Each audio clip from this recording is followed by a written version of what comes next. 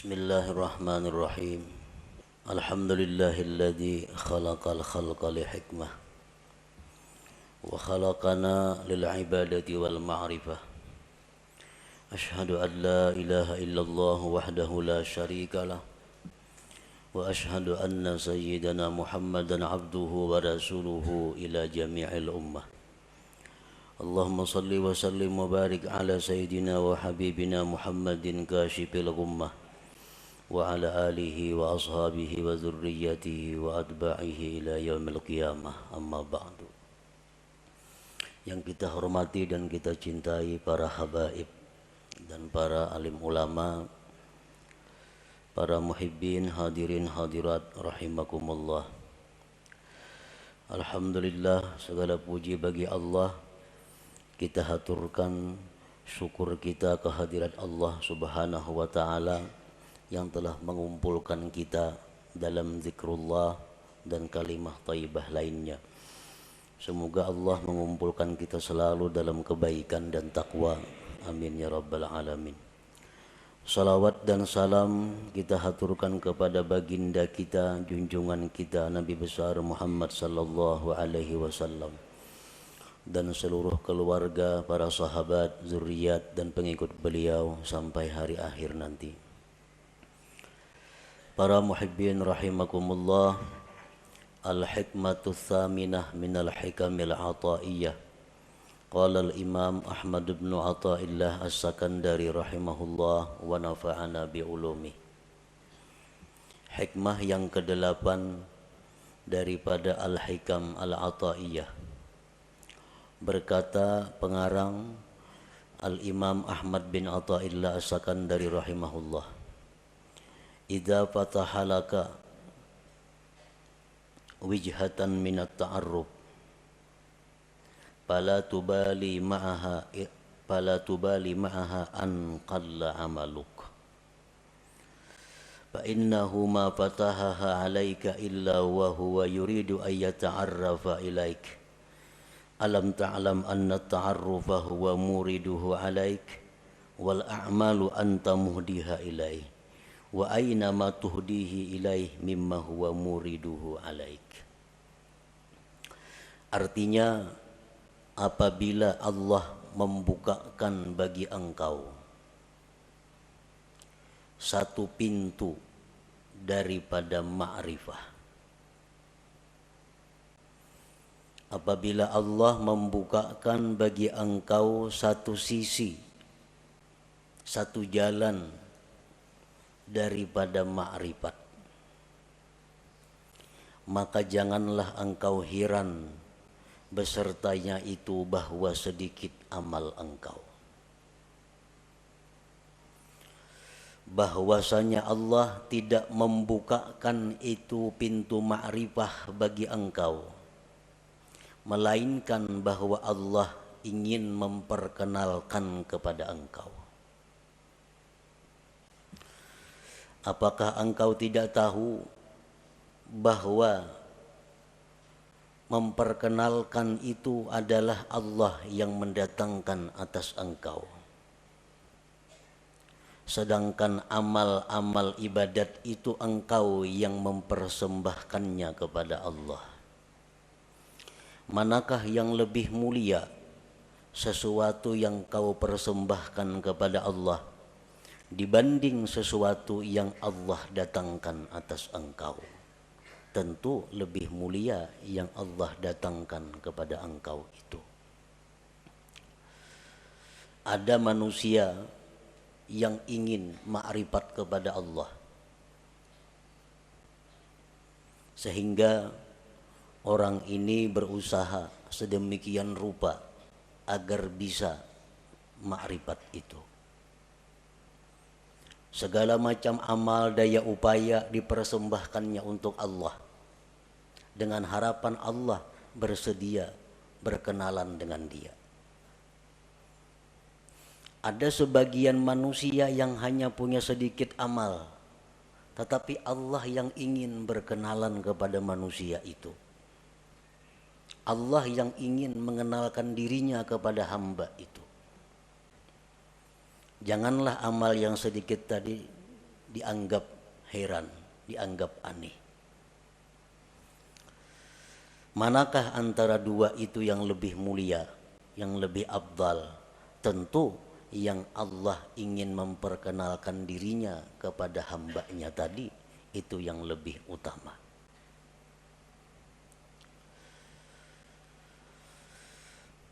Tanqasimul ma'rifatu ila qismain ma'rifatin ammah wa ma'rifatin khassah. Fal ma'rifatul ammah bi an ta'lama wa tuqirra anna Allah ta'ala wahidun qadirun muridun alimun hayyun sami'un basirun mutakallim ila akhirih. Ma'rifat itu ada terbagi dua. Satu, ma'rifat yang umum. Yang kedua, ma'rifat yang khusus.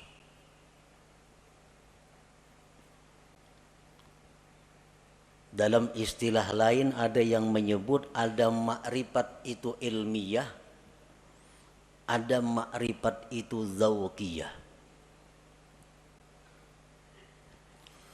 Bermula ma'rifat yang umum itu bahwa engkau mengetahui dan mengakui, meyakini bahwa Allah Ta'ala itu esa, kuasa, berkehendak, mengetahui, hidup, mendengar, melihat, berkata-kata, seterusnya. Nah, ini dinamakan adalah ma'rifat ammah, ma'rifat yang umum.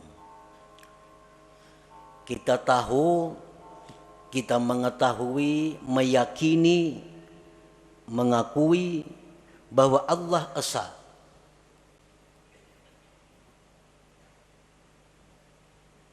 Dan keyakinan kita itu kada bisa diganggu. Siapapun yang mengganggu, tetap kita yakin bahwa Allah itu esa, kuasa, berkehendak, dan seterusnya.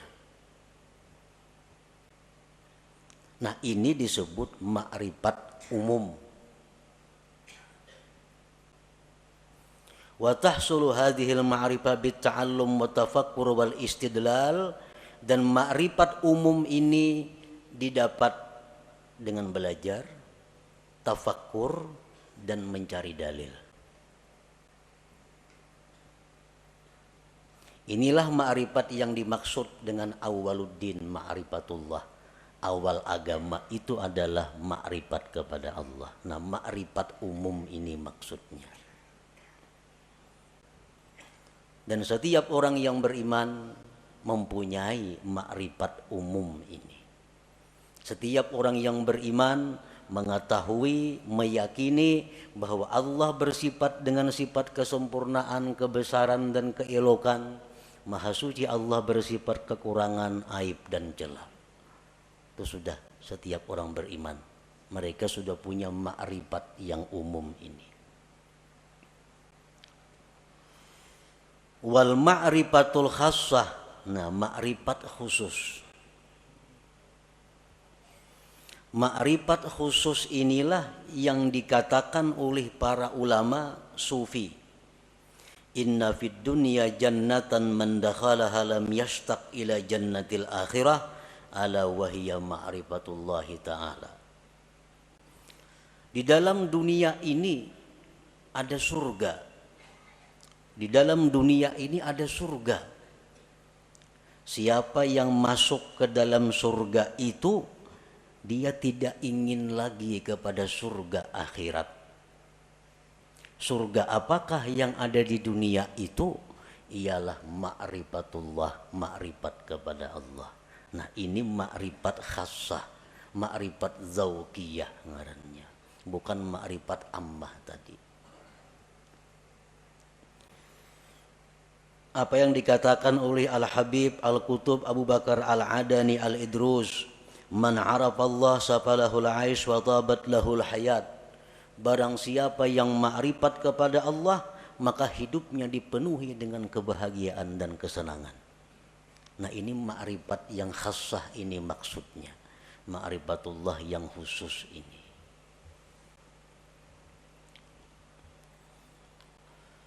Wal ma'rifatul khassah, ma'rifat yang khusus itu bi antazuka an la fa'ila illallah masalah. Bahwa engkau merasakan bahwa tidak ada yang berbuat itu melainkan Allah. Contohnya itu umpamanya. Kita mengetahui, kita meyakini bahwa tidak ada yang berbuat melainkan Allah. Tapi kita hanya ingin tahu dan yakin bahwa la fa'ila illallah. Tidak ada yang berbuat selain Allah. Yang lainnya kada punya daya upaya. Itu kita tahu dan mengakui itu. Tapi kita belum merasai. Belum merasa. Ma'rifat khassah ini adalah orang yang sudah merasa. Orang yang sudah merasa bahwa tidak ada yang berbuat itu selain Allah. Orang yang tahu bahwa madu itu manis. Nya yakin bahwa madu itu manis. Nah, ini sudah ma'rifat dengan madu. Tapi kalau orang yang sudah merasai kayak apa manisnya itu madu, nah ini ma'rifat khassah. Lain dengan orang yang hanya sekedar tahu. Mendengar berita bahwa di Mekah itu begini, begitu bagusnya, begitu indahnya, dengan bermacam-macam dalil, bermacam-macam kabar nang mutawatir bahwa Mekah itu ramai dan indah, sehingga kita yakin bahwa di Mekah itu ramai, Mekah itu luar biasa. Nah, kita sudah meyakini.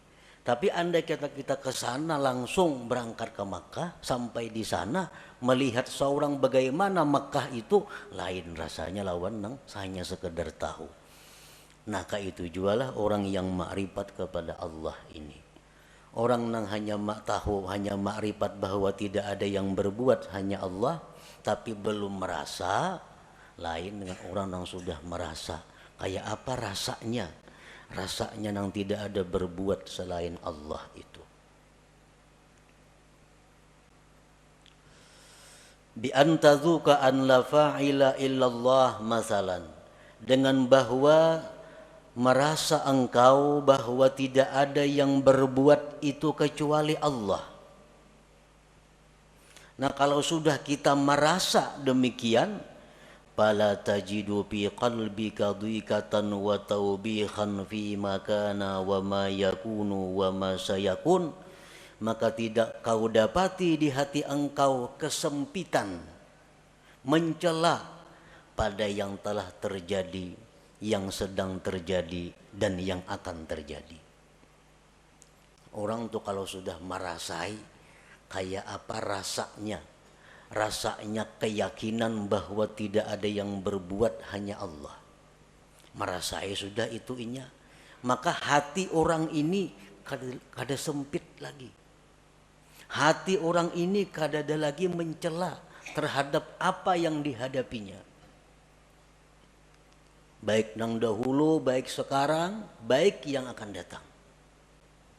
Karena ini sudah merasai bagaimana tidak ada yang berbuat kecuali Allah itu. Seperti apa yang disampaikan oleh khadam Rasulullah sallallahu alaihi wasallam, Sayyidina Anas bin Malik. Ujar Anas bin Malik, aku 10 tahun jadi pembantu Rasulullah sallallahu alaihi wasallam. Tidak pernah Rasulullah itu mencela aku. Tidak pernah Rasul itu berkata, kenapa ikam kadaka ini? Padahal ka itu nang baik. Kada pernah. Ini menunjukkan bahwa Rasulullah Shallallahu Alaihi Wasallam itu merasakan sudah bagaimana yang dimaksud dengan la ilaha illallah itu. Nah, inilah ma'rifat khassah.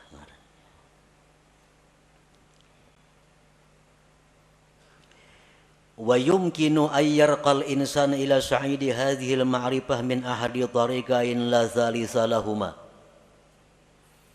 Kita bisa mendapatkan ma'rifah khassah ini melalui 2 jalan. Tidak ada jalan ketiga. Kayak apa kita supaya bisa merasai nang keyakinan kita la ilaha illallah. Jangan hanya sekadar habar, jangan hanya sekadar yakin mengakui, tapi rasai.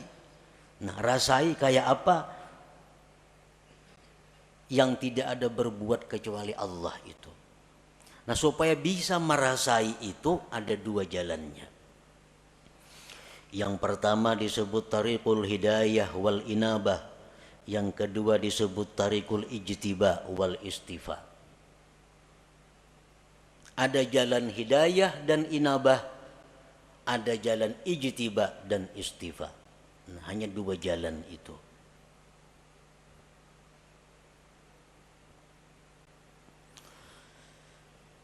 Fatariqul hidayah wal inabah tariqun tawilun syaq. Bermula jalan yang pertama, hidayah dan inabah. Itu jalan yang panjang lagi sulit. Panjang lagi sulit. Arti panjang tuh mungkin 10, 20, 30 tahun kita menjalani hanya terasai. Kayak apa nang maksudnya la ilaha illallah. Sulit artinya banyak rintangan nang kita lalui, nang seringkali membuat kita kembali ke tempat pertama bermula. Min ta'allumil ilmi alladhi yuaddi bihi al-ibadata wa ya'rifu bihi sifatin nafsil batinah wa yuqaddimu qabla al-jami' ma'rifata aqidati ahli sunnah wal jamaah wa taubatin nasuh wa tahsinin niyyah wa tasihit taqwa wal wara'i wal zuhdi wa kasratil azkar wal aurat wa ghairi dhalik wa kulluhu yuhdihal abdu ilallahi ta'ala.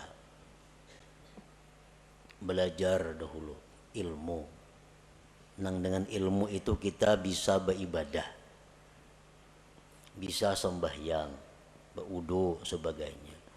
Belajar ilmu mengenali sifat-sifat diri yang batin. Apa sifat nang terpuji di batin kita, apa nang tercela. Berakidah ahli sunnah wal jamaah, taubat nasuha, niat yang bagus, takwa yang benar, wara, zuhud, banyak berzikir, banyak berwirid dan selainnya. Itu pekerjaan sehari-hari. Ada yang 10.000 zikirnya sehari. Dan mungkin ada yang berpuluh-puluh tahun hanya diberikan Allah rasa bagaimana itu ma'rifatullah tadi.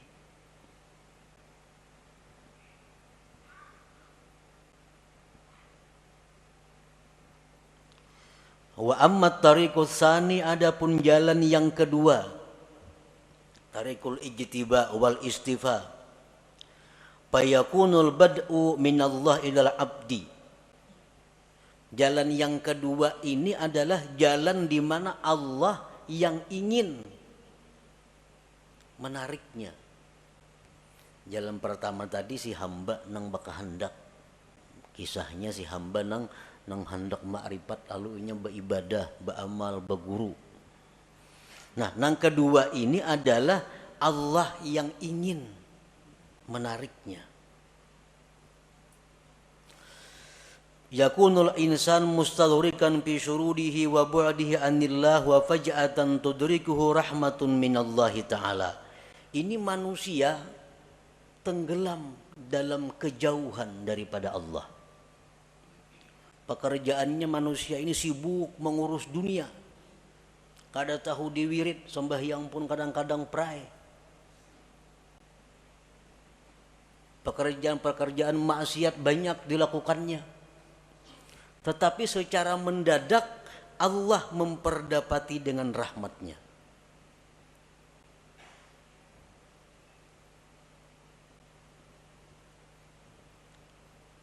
Begitu Allah memberikan rahmat kepada orang ini, maka orang ini langsung dirasakan Allah bagaimana rasanya ma'rifat kepada Allah itu.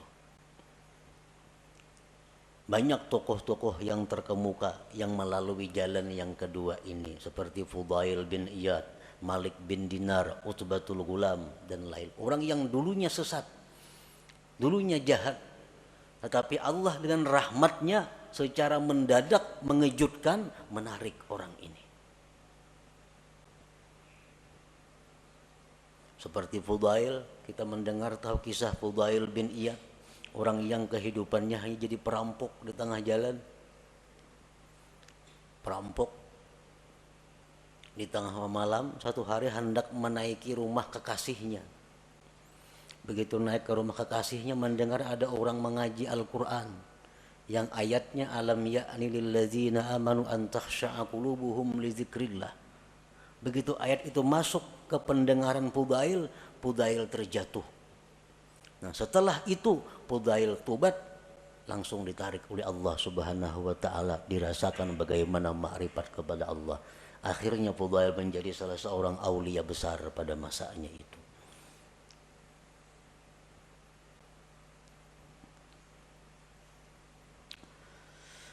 Allah menarik orang ini lisababin minal asbab allati qad la ya'lamuha illallah. Allah menarik orang ini karena ada sebab yang kadang-kadang sebab itu hanya diketahui oleh Allah.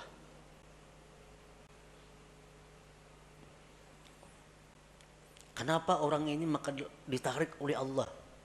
Dalam waktu detik dirasakan makrifat kepada Allah. Sedangkan yang satunya berpuluh-puluh tahun berzikir kepada Allah belum dapat rasa makrifat itu. Nah, jalan yang kedua ini disebut tarikul ijtiba wal istifa. Nah, para muhibbin rahimakumullah, ada beberapa sebab yang dengan sebab itu ada kemungkinan, ada harapan satu saat ditarik oleh Allah manusia ini, walaupun dia dalam keadaan bergelimang dengan dosa. Pertama, dengan sebab ilmu. Orang ini pada dahulu mengaji sekolah pesantren, ke majelis taklim, bertahun-tahun udah mengaji demikian. Pesantren tamat sekolah, timbul ke kampung bulik buntat, minum arak, berjudi, berzina, pekerjaan. Nah, tamatan pesantren nih. Nah, orang seperti ini pada akhirnya satu saat ada kemungkinan ditarik oleh Allah dengan cara seperti tadi, berkat ilmu yang dia pelajari selama sekian tahun dahulu kala itu. Nah, bisa kena orang ini jatuh sakit, sadar, insaf, dirasakan oleh Allah bagaimana orang yang makrifat kepada Allah itu. Nah, sebab ilmu. Jadi menuntut ilmu ini kada ada ruginya, tak amalakan kah, kada kah. Pokoknya bila ilmu tuh ada keuntungan. Ada keuntungan. Yang kedua, as-sakha, pemurah. Pemurah. Orang ini macam-macam maksiat dilakukannya, tapi pemurah. Pemurah. Pemurah itu dalam arti agama lain dengan arti adat. Ini pemurah dalam arti agama. Artinya orang yang menyumbangkan kekayaannya di jalan yang benar. Ada orang sakit dibantunya, ada orang kesusahan dijulunginya duit, ada orang saleh diberinya duit, ada orang ini dikasihnya duit. Pemurah. Padahal kelakuannya sembahyang tapi sembahyang orangnya. Berjudi mau, minum arak mau. Nah, orang ini satu saat nantinya ada harapan kada pasti juga, ada harapan bisa ditarik oleh Allah. Nah, bisa ditarik dengan pemurahnya itu.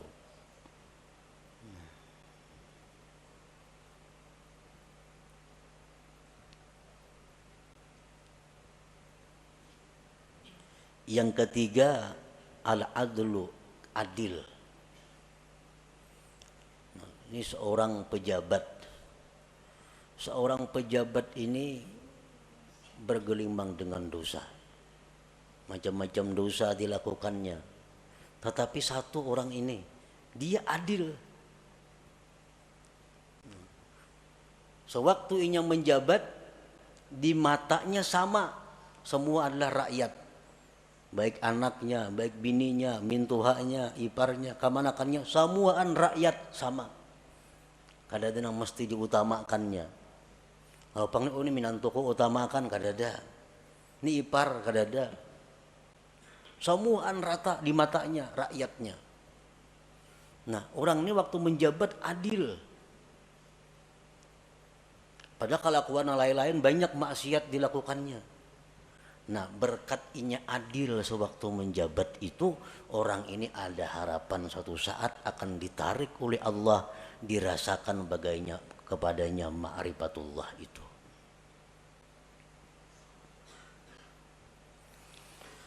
Rasulullah sallallahu alaihi wasallam bersabda, tajawazu an dzambis sakhi wa zallatil alim wa satwatis sultanil adil fa innallaha akhadha bi yadihim kullama asara asirun minhum, akhrajahul khatib.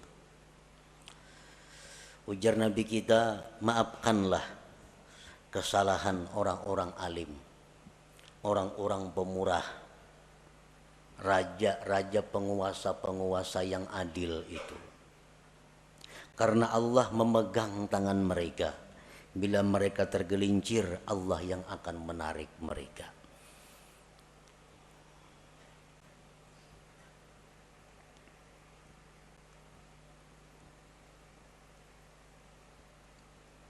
Yang keempat, suhbatus salihin.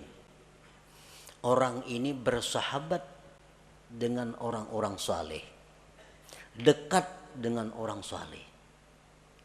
Padahal kelakuannya bila cerita pisah orang saleh macam-macam. Tapi nya dekat dengan orang saleh. Ada orang saleh di sana, kenal, dekat lawan inya. Ada orang saleh di ujung sana, kenal, dekat lawan inya. Pokoknya di mana orang-orang saleh dicarinya, didekatinya. Padahal kelakuannya orang nih macam-macam maksiat diperbuatnya. Tapi kalau urusan orang saleh, wahnya paling dekat sudah. Nah, orang ini satu saat nanti bisa ditarik oleh Allah akan bagaimana ma'rifatullah itu. Rasulullah SAW bersabda, al-mar'u ala dini khalilih. Seseorang itu atas agama orang yang dikasihinya. Waqad qil, dikatakan orang, man sahibal akhyar ja'alahullah minal akhyar wa in kana minal asrar. Orang yang dekat dengan orang baik itu akan dijadikan Allah dia orang baik sekalipun dulunya orang yang jahat.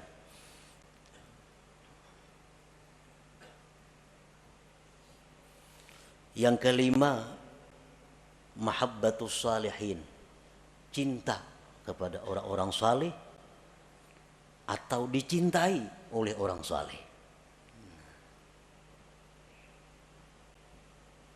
Inya ini katuju lawan orang-orang baik, hormat lawan orang-orang baik, cinta lawan orang-orang baik.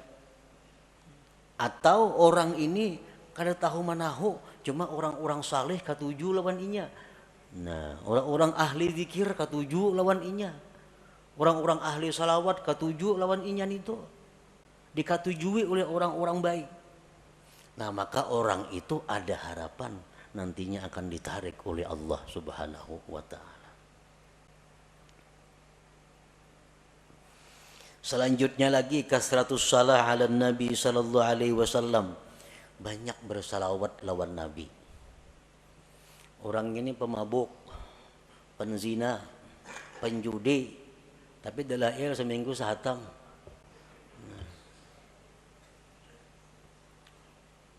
Mulut habsi kemana terdengar datanginya ketujuh, kisah-kisah Nabi ketujuh, tapi maksiat jalan terus juga. Salawat selalu dibacanya. Nah, orang seperti ini ada juga harapan satu saat lainnya dikembalikan oleh Allah, ditarik dan dirasakan ma'rifatullah itu. Di antara sebabnya lagi nasabun thayyib, keturunan yang baik. Aba'u sulaha, abah-abah kakek nenek orang-orang saleh. Datuknya ke abah hari orang wali. Napa ke atas pada datuk lagi? Yang 7 turun sudah orang wali bahari sidin itu. Nah, cucu-cucunya ini ada yang nakal macam-macam.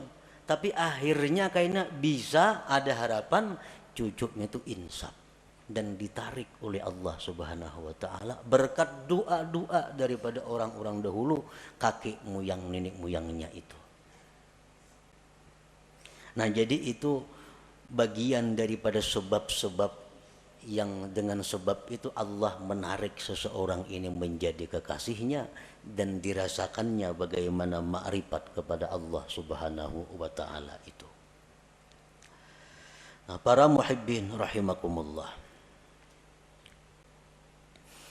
Setiap manusia yang beriman kepada Allah dan mempunyai keinginan yang tinggi, kehormatan yang tinggi, dia pasti ingin mendapatkan yang disebut ma'rifatullah itu.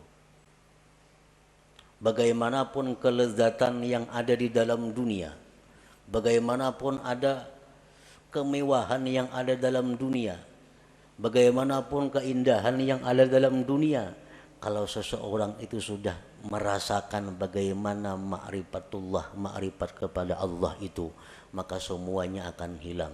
Kada akan bisa dibanding dengan bagaimana indahnya, lezatnya, bahagianya orang yang ma'rifat dengan Allah itu. Nah, sebahagian manusia ada yang berusaha untuk berkenalan dengan Allah. Sebagian manusia ada yang Allah menarik untuk berkenalan dengannya. Yang pertama disebut suluk, yang kedua disebut jazab ngarannya. Kedua-duanya itu adalah mulia. Kedua-duanya adalah sesuatu jalan yang terpuji. Sebagian ulama ada yang mengatakan bahwa yang ditarik oleh Allah itu lebih afdal daripada orang yang menjalani jalan suluk atau jalan hidayah wal inabah tadi. Nah, para muhibbin rahimakumullah, mudah-mudahan Allah Subhanahu wa taala membukakan hati kita pintu ma'rifah kepada Allah Subhanahu wa taala sebelum akhir hayat kita. Ila hadratin Nabi sallallahu alaihi wasallam, al-Fatihah.